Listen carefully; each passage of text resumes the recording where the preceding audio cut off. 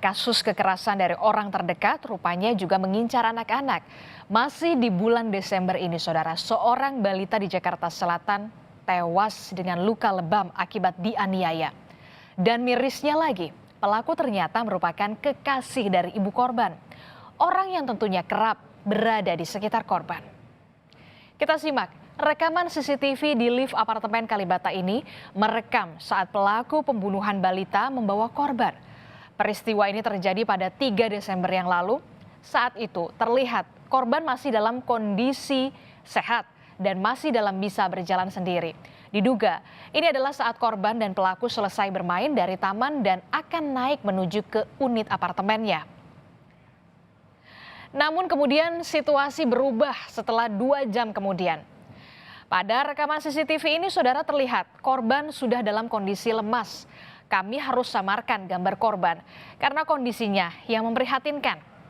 Saat itu korban tidak sadarkan diri dalam gendongan pelaku.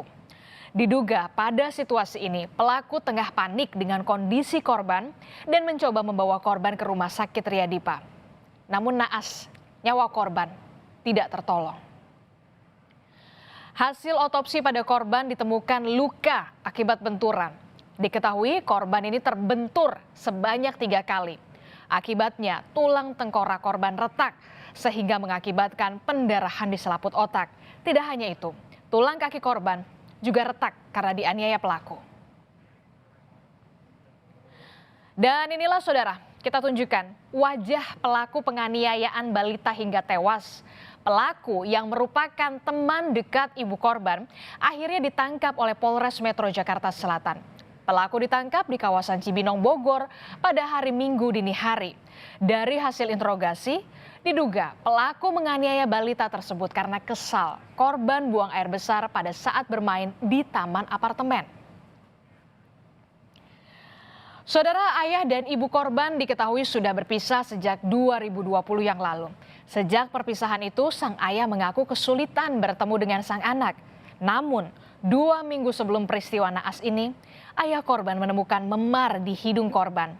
Namun, saat itu kakek korban menyebut jika itu luka akibat gigitan serangga. Saya sih 2 minggu yang lalu sempat nengokin ke rumahnya dan ada nih anak saya dengan keadaan di sini memar. Oh, di bagian bibir? Bibir ada memar dan saya tanya kepada kakeknya, di situ nggak ada ibu korban. Ibu anak saya. 2 minggu yang lalu? 2 minggu yang lalu sebelum kejadian. Katanya apa kata kakeknya? Katanya digigit serangga. Berdasarkan data dari Kementerian Pemberdayaan Perempuan dan Perlindungan Anak dari bulan Januari 2022 terdapat sekitar 14.232 kasus kekerasan yang menimpa anak-anak. Dan ironisnya, berbagai kekerasan terjadi pada anak di publik, bahkan di rumah yang seharusnya menjadi ruang yang paling aman. Orang terdekat yang harusnya bisa dipercaya justru menjadi pelaku pada kekerasan ini. Dan kasus penculikan di Gunung Sahari Kemayoran serta penganiayaan balita di apartemen Kalibata seolah menjadi alarm bagi kita semua, khususnya bagi Anda, para orang tua, dalam meningkatkan peran pengawasan pada sang buah hati. Pentingnya sikap waspada karena tidak menutup kemungkinan pelaku kejahatan yang mengincar anak Anda berasal dari orang terdekat.